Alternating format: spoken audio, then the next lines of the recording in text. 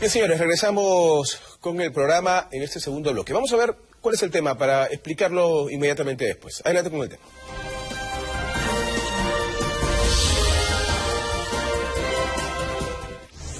Manejo político del miedo. A ver, ¿qué está pasando? ¿Qué es un poco lo que nosotros estamos viendo de manera objetiva en el panorama y queremos explicarlo y que el panel lo analice y ustedes también, por supuesto, a través de sus llamadas y las redes? Se ha venido una especie de huaico, ¿no es cierto? Una especie de huaico de temores para la población, ¿no? Empezó con el tema de la granada, que primero fue falleció un policía, y de ahí a todos los que tenían granadas se les ocurrió salir con granadas, pero como si fuese por cor, ¿no? Saltaban la granada por un lugar y por otro, encontraron una casa con 51 granadas, otro colegio con más granadas, metieron granadas por todos lados. Luego la salida de terroristas, ¿no? Salió terrorista. Ayer hubo una entrevista donde a un terrorista lo hicieron quedar como si fuera Papá Noel, ¿no? Y seguimos con eso y nos parece que hay una especie de avalancha de cosas que están empezando a causar un temor en la población que ya no es simplemente por el asalto en la esquina, ¿no? O por el robo del celular, sino que están empezando a crear una especie de pavor en la población. Y nosotros creemos que esto tiene de fondo un manejo político, pero vamos a ver qué nos dice nuestro panel, que es el encargado del análisis de estos temas. Jerónimo Centurión, ¿qué piensas? O sea, claro que hay un manejo político, o sea, siempre hay un manejo político. No es exclusivo de este gobierno, pero hay un manejo político desde la época de Alan García o antes incluso, ¿no? O sea, de la época de Fujimori en realidad, ¿no? En las que se busca exacerbar el tema del terrorismo para justificar autoritarismo, mano dura y sobre todo poder justificar la corrupción que continúa a su cauce mientras tenemos esta fachada que estamos combatiendo, venciendo, ¿no? a la delincuencia. Sí hay un manejo político, lo ha habido desde la época de Fujimori. En este gobierno he sentido con menor audacia el manejo político del miedo. En el caso de terroristas siento que es más los medios de comunicación los que vuelven a poner el tema sobre el tapete. En el caso del gobierno de García se inventaron todo un tema del resurgimiento del terrorismo y de Sendero, cuando está clarísimo que es ya un movimiento de narco, sobre todo de narcoterrorismo, terroristas al servicio del narcotráfico. Se inventan esta bola del Movadef que es desproporcionada, o sea, desproporcionada fácticamente. ¿Por qué? Para poder justificar la mano dura. Siempre hay un rédito político tras la exageración de ese tipo de movimientos y acciones, ¿no? Hay que ver quiénes sacan más ventaja, ¿no?, de este tipo de acciones. Doctor Sotelo. Bueno, esas técnicas psicosociales que se utilizan para sencillamente distraer la atención han sido ya totalmente desenmascaradas. Eso de que aparecen las bombas, de que va a haber un golpe de Estado. Eso también, olvidé claro, mencionar. ¿no? Que va a haber un golpe de Estado y toda la situación. Este gobierno ya está de salida. Es totalmente inviable que pueda haber un movimiento que busque un golpe de Estado para deponer a un presidente que ya está con un pie en la calle. Ya el 10 de abril son las elecciones. Y entonces prácticamente este señor 7 meses nada más le queda. Y entonces, ¿de qué estamos hablando? No tendría ningún sentido un golpe de Estado a estas alturas. Son tiros al aire que sencillamente buscan generar la distracción, ¿no? Pero bueno, se conoce, pues, ya la vez pasada mencioné al famoso lingüista y psicólogo Noam Chomsky, que había escrito sobre las técnicas de manipulación mediática que se utilizan, ¿no? Las técnicas que utilizan las dictaduras, los gobiernos, los poderes fácticos, para distraer a la población, a la gente, de los temas más importantes y poder generar esta confusión. Eso es lo que estamos viendo ahora. Pero en conclusión, este psicosocial pues es un engañamuchachos, nadie lo cree y sencillamente este gobierno hay que esperar que salga como tiene que salir, por las buenas y no por las malas. Permítame ir a un informe que ha hecho Juan José del Castillo, nos nota sobre este tema, y vamos a regresar con el análisis del doctor Ibaceta, don Julián Cortés. Ya venimos con más del programa. Vamos a ver qué dice Juan José en su informe. Del escándalo. No le creo absolutamente nada, ¿no? Bueno, está ocultando algo. Tergiversan mucho.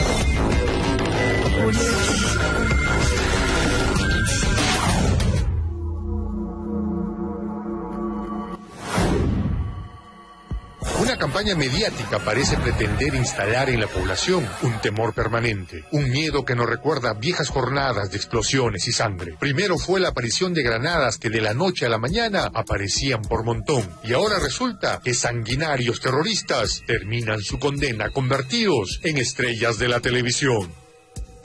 Pero tantas coincidencias parecen no ser casualidad, ya que el poner en pantalla un tema tan sensible como el terror puede terminar favoreciendo a una candidata cuyo discurso electoral es recordarle al elector los cruentos años de la insanía subversiva. Y cuando hablamos de inseguridad, creo que es importante, porque acá hay muchos jóvenes, hablar lo que fue el terrorismo.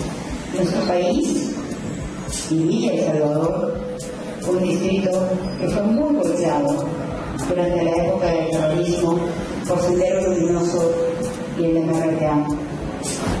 Intentar ganarse unos votitos apelando al temor de la población es un recurso que minimiza la inteligencia de los electores, que gracias a Dios cada vez están más informados. Muy bien, ahí estaba Juan José del Castillo con este informe interesante y manejando una teoría también. Don Julián Cortés, ¿qué piensa usted de este tema? Bueno, aquí hay el interés político de un sector de la población que quiere que se lea el siguiente mensaje. El terrorismo en el Perú hizo mucho daño y presidentes como Alan García, como Belaúnde Terry, no hicieron lo suficiente como para parar el terrorismo, pero sí lo hizo Alberto Fujimori. Esa es la lectura que alguien quiere que se lea, porque ahora estamos pues en una etapa preelectoral y hay el interés de decirle al público, hay un sector que ha vencido el terrorismo y que ese es el sector fujimorista. Eso es lo que quieren hacer entender al público. Y por eso es que, ¿dónde aparecen las primeras 52 granadas? En el local donde estuvo la señora Keiko Fujimori. No quiero decir que ella los puso o que alguien los puso, alguien tiene que haberlos dejado ahí, pero qué curioso, ¿no? Y luego han aparecido por toda la ciudad regadas, no solamente las granadas, sino también cartuchos de dinamita y etcétera. Y entonces se da la impresión de inseguridad y se quiere dar la impresión también de que hay alguien que tiene la mano fuerte para poner alto a el terror. Para resolver el tema, hay una muy vieja frase, ¿no? ¿Quién gana y quién pierde con todos estos temas? Doctor Ibaceta, bienvenido al programa. Buenas noches. Disculpe la tardanza, pero tanto lío hoy en la calle que... Pero bueno, para hacer el análisis del uso del miedo, primero hay que reconocer que la amenaza existe. Nadie puede decirnos que no hay una delincuencia común desbocada.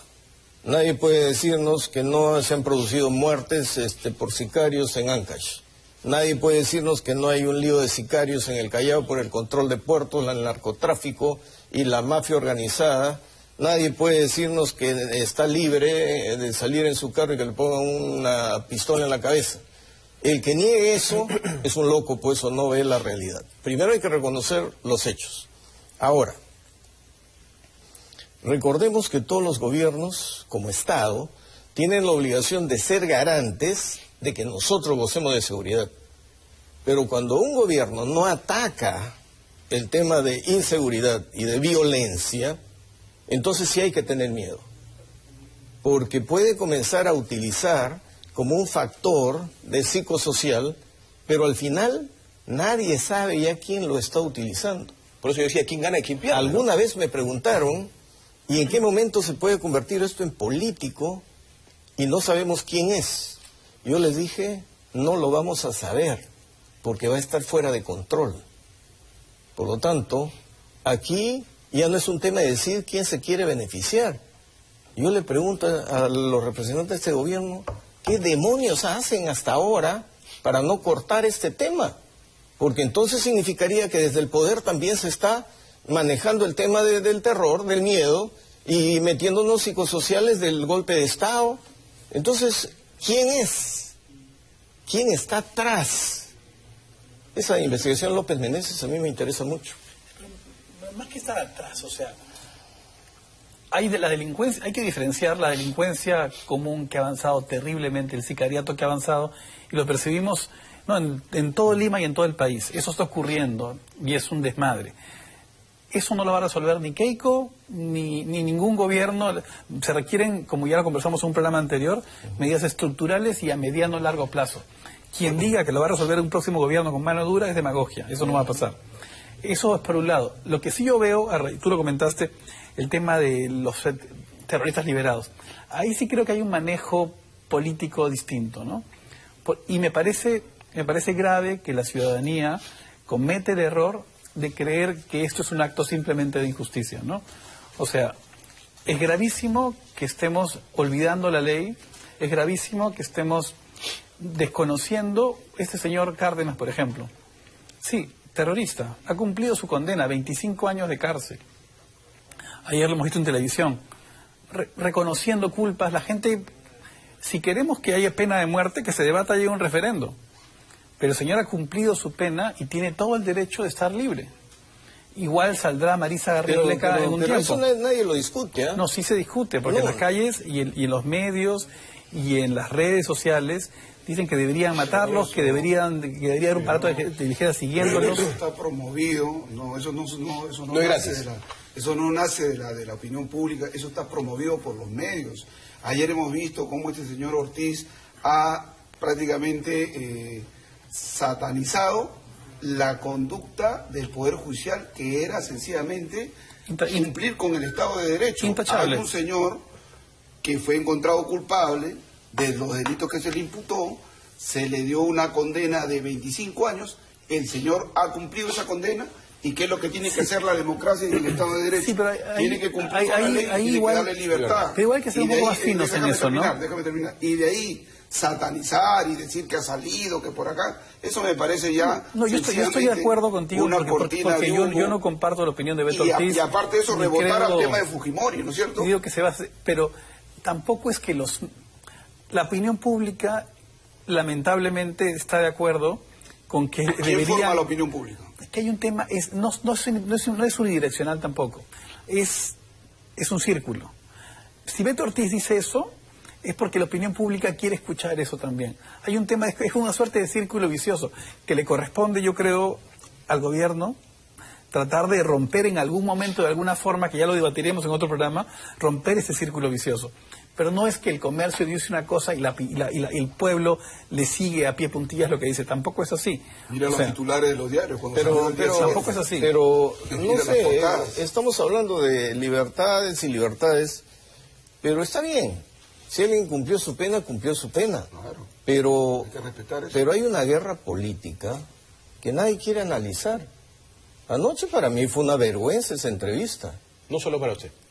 Porque victimizaron a un tipo, y eso lo trajo la Comisión de la Verdad, victimizaron a todos los terrucos y satanizaron a los militares y policías. Pero ayer no pasó eso, ¿no? Sí, pero ayer no satanizaron, pero el otro era tan mansito, ya que un poco más y nos hacen llorar a todos de pena, y él pidiendo perdón, y nosotros no hemos investigado nada. El Estado políticamente ha perdido esta guerra. Por eso es de la mano dura. Yo ya no creo en la mano dura, porque el costo en guerra política es muy dañino para el país y todavía no se ha definido. El Estado se ha entregado a darle facilidades a gente que no se ha rendido.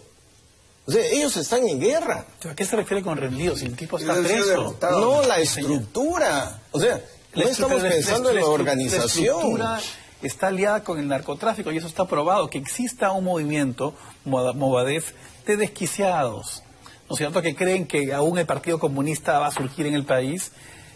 Eso no implica que los terroristas que salen libres sean una estructura peligrosa. No, pero Movadef a mí no me da miedo. Lo que me preocupa es que nuestro servicio de seguridad, porque en Movadef están los visibles, pues, hay que ser loco de pensar que si se ponen de visibles, se van a constituir un peligro inminente. No, ellos hablan de su estructura clandestina. No sabemos cuál es la magnitud del problema. Por eso demando a los servicios de seguridad del Estado que nos digan cuál es el diagnóstico situacional actual, porque lo demás es especulación. Pero el pueblo lo que no se ha olvidado es que hemos tenido ataques, muertes, apagones, destrucción. Un sector del pueblo no se ha olvidado. Así es. Porque hay un sector que no sabe. Por lo tanto... Ayer preguntaban, perdóneme doctor, y yendo con lo que usted dice y esperando la opinión de don Julián también, ayer preguntaban en otro medio algunos jóvenes, ¿no es cierto? Le decían, ¿recuerdas algo del MRTA o algo de Sendero? Muy pocos recordaban, pero quienes recordaban, que es lo peor tal vez, decían, sí, claro, fueron unos revolucionarios que tuvieron que armarse porque el gobierno no los escuchaba y los mataba, entonces tuvieron que armarse, no los escuchaba y los mataba, entonces tuvieron que armarse y los mataba, entonces tuvieron que armarse para... Por Dios, era una barbaridad lo que salía de estos jóvenes. Y es que no se ha utilizado, como usted bien dice, algún tipo de estrategia desde el Estado para controlar esta situación, ¿no? No ha habido. Entonces sale ayer alguien que lo ponen como una víctima, ¿no? Que parecía Santa Claus, ¿no? Arrepentido y agachado. ¿Y qué es lo que van a decir esos jóvenes que pensaban eso? Abimael Guzmán lo ha confundido a un muchacho con Gabriel García Márquez. Sí, con terrible. ¿Cómo? Pero José, ¿qué es lo que está pasando realmente? ¿Qué es lo que preocupa en estos momentos a la población peruana? ¿Qué es lo que preocupa? Preocupa la delincuencia común, que todos los días asaltan, que todos los días roban, que todos los días los jóvenes estudiantes, las señoritas, les arranchan el celular. Eso es lo que ocurre en el país. Eso es lo que está pasando y eso es lo que no hay que descuidar. También ocurre el tema del narcotráfico. Ahora se trae un tema del terrorismo que hace más de 20 años fue derrotado. Los cabecillas principales de estos movimientos del MRTA, como Víctor Polá y Lucero Cumpa, están en prisión en la base naval. Los cabecillas de Sendero Luminoso, Feliciano, Abimael Guzmán, están en la cárcel. Entonces tú le preguntas a jóvenes que ya tienen 20 y tantos años y que no conocen, porque hace 20 años no ha habido absolutamente nada de ese terrorismo. Entonces es volver a hacer una ganancia secundaria, sacar el tema del terrorismo. Yo estoy de acuerdo. Tanto para opinar como para hacer propaganda. En este caso sale Keiko a decir, pero esta es la razón, sale Keiko a decir, pero esta es la verdad, ¿por qué no Keiko a decir? Pero esta es la verdad, ¿por qué no hablamos de la delincuencia común, que es el terrorismo urbano que está pasando en el país? Todos los días asaltan, todos los días matan, esa es la realidad. Hay un análisis equivocado. Bueno, primero, por eso estamos con opiniones, pues. Abimael dijo, vamos a superar este recodo en el camino. ¿Y cuántos años ha pasado? ¿15 años está preso? No, pues ha desarrollado una guerra política. ¿Cuál es la finalidad de su organización? El fin de los problemas de la guerra a través de una amnistía. Eso es su guerra política. No, pues, pero no podemos hablar en el presente. Para ellos el proceso demora. Fácticamente, al margen del análisis que podemos hacer nosotros, la realidad nos indica que los muertos que ocurren en el país en los últimos 15 años se deben a causas que no son estrictamente el terrorismo. ¿No? que son la delincuencia, el sicariato y otras causas. Si me permites una opinión. Lo que es grave, solamente para cerrar esta idea, ¿no? Lo que sí me parece grave... Tiene 30 segundos. Es que resumamos todo a buenos contra malos. Porque ha habido un enfrentamiento en el que efectivamente los terroristas fueron unos criminales que están justamente presos, pero hubo abusos también del otro lado, y el tema tuvo una raíz política, histórica, mucho más compleja. Por fin, va a hablar, don Julián, quiere entrar en la participación, ya era hora. De vez en cuando dejen que los demás opinen. Pero depende usted de que entre en la conversación. Bueno, adelante. Aquí se ha confundido dos cosas. Una cosa es la delincuencia común, la delincuencia organizada, y otra cosa es el terrorismo, totalmente. El terrorismo aspira a llegar al poder, la delincuencia aspira a llevarse la cartera. Entonces, no hay que confundir esas dos cosas. Es cierto que la presencia o el hecho de haber dejado una serie de elementos explosivos en las calles, eso ha causado miedo, eso es totalmente cierto. Y también es cierto de que el gobierno está haciendo muy poco para parar esta escalada de armas y explosivos en las calles. Lo que tenemos que llegar finalmente a la conclusión es de que ni el MRTA ni Sendero en ningún momento dijeron me rindo, chao, me voy, dejo de actuar. Ellos siguen actuando, por eso es que en el Braen sigue el Sendero y el Movadef está en las ciudades y el MRTA tampoco ha dicho hasta acá nomás, no, En consecuencia, creo que todavía están vivitos y coleando por algún sector. Permítame ir con unas llamaditas porque el público está en línea esperando hace rato. 10 segundos. Mi posición es que ellos no van a la lucha armada ahora. Están en guerra política, ¿no? Sí, claro, lucha armada ya no tienen cómo hacer, creo yo. Gracias. Vamos con unas llamadas telefónicas. Hola, buenas noches. Sí, buenas noches. Le habla Fran Villegas de Ventanilla. Bienvenido, Fran, adelante. El tema, bueno, del terror del miedo, yo creo que hoy en día estamos viviendo en estos momentos ya una campaña electoral que se está gestando a nivel nacional para hacer el cambio de presidente.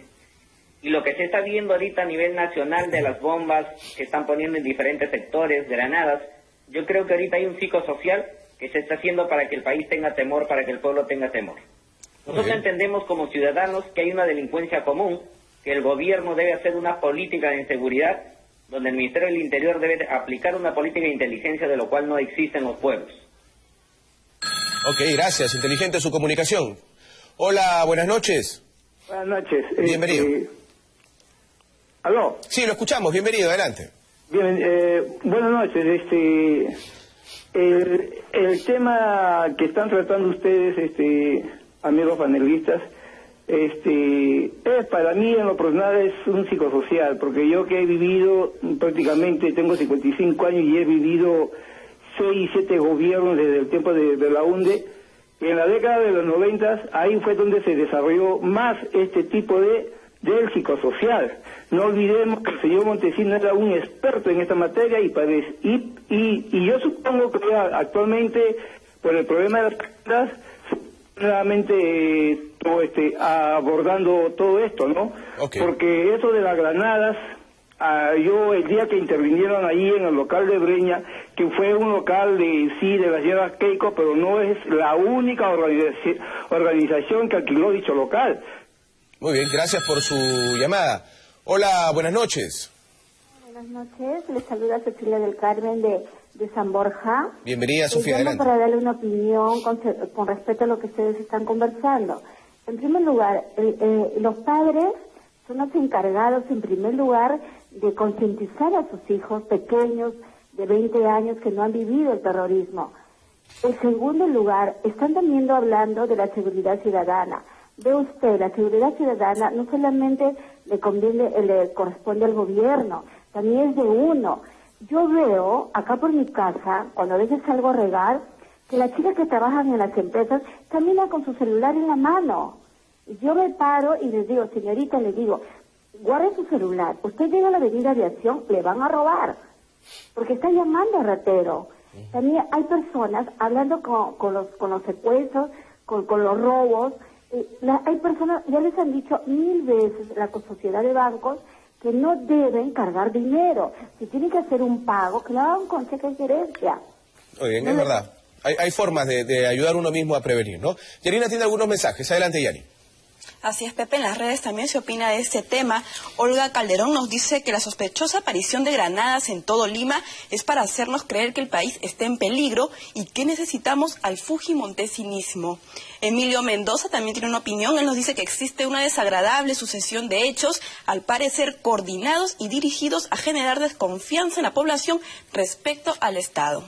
¿Hay otro mensaje, Yanni, sobre el tema? ¿Si el público ha escrito algo más? Así es, hay otro más de Mónica Rodríguez. Ella nos dice que el nivel de debate político ha caído tan bajo que ahora se difunde la especie de un posible autogolpe, aunque se ponga en zozobra al país. Muy bien, Yanni, muchas gracias. A ver, yo les pido, por favor, tratar de hacerlo con síntesis porque este bloque se nos va.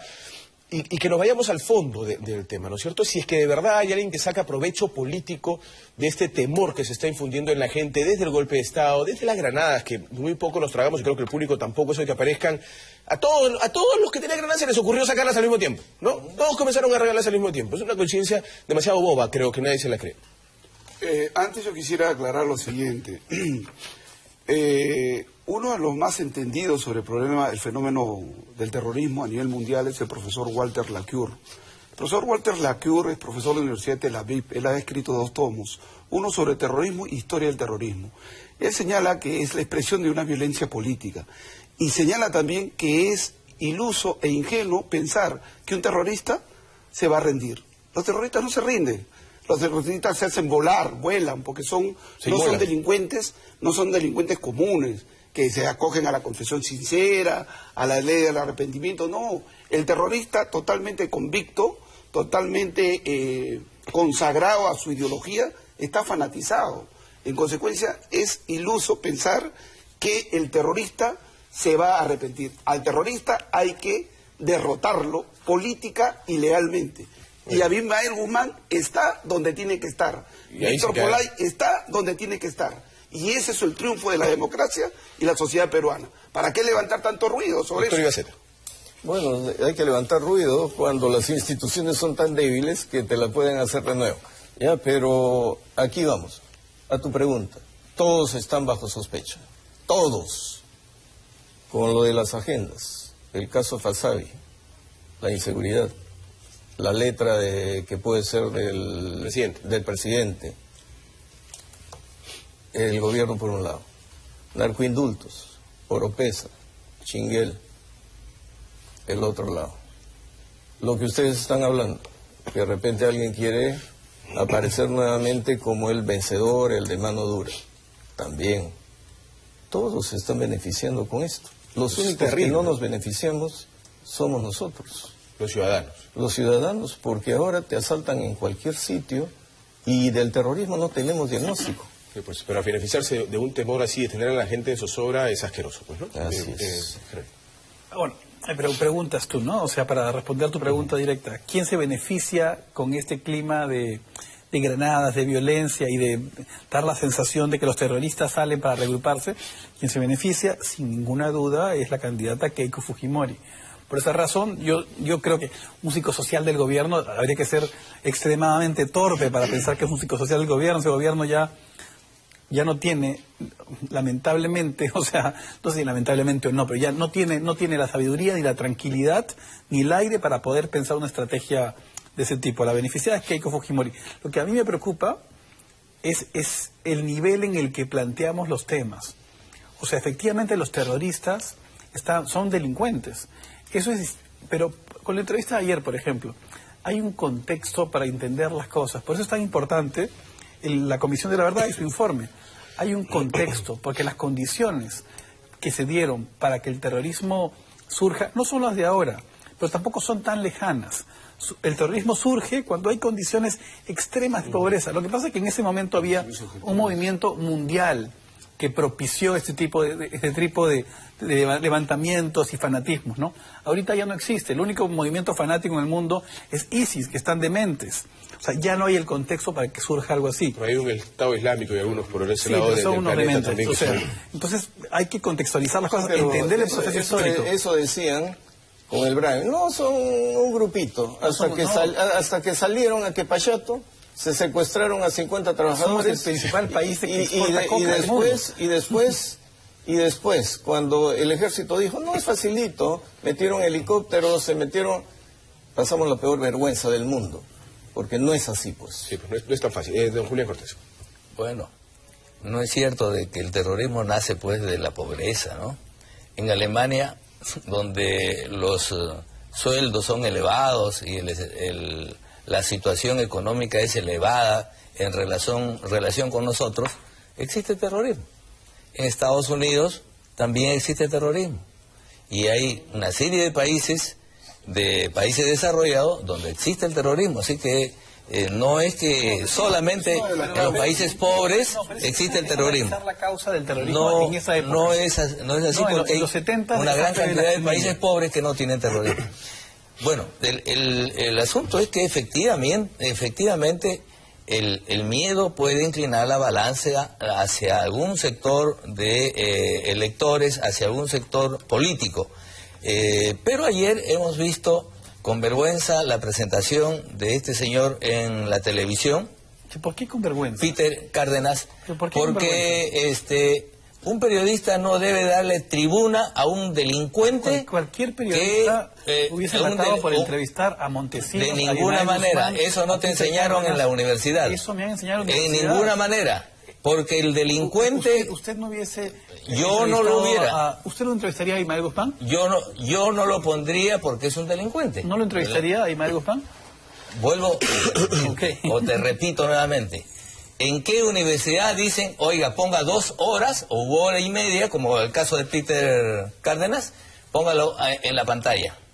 ¿En qué universidad te han enseñado eso? Ese es un tiempo que a mí me parece, la entrevista de ayer de Augusto, me parece buena, eso es porque un exceso quizás. Nos ha dado un contexto. ¿No? Pero sí es la democracia, pues. La democracia no solamente es lo que nos gusta. Esa es la democracia boba. No es lo que nos gusta. Esa es la democracia boba, la democracia que se rinde. Ha sido una apuesta de Canal 2 que yo felicito, porque nos ha dado una parte de la historia, sí, pero es una parte contada por su protagonista. Es una historia que se ha contado en 1 hora y media, que es un tiempo en que seguramente el rating ha bajado en esa 1 hora y media. Un sector de la prensa. Opinando en ese programa también.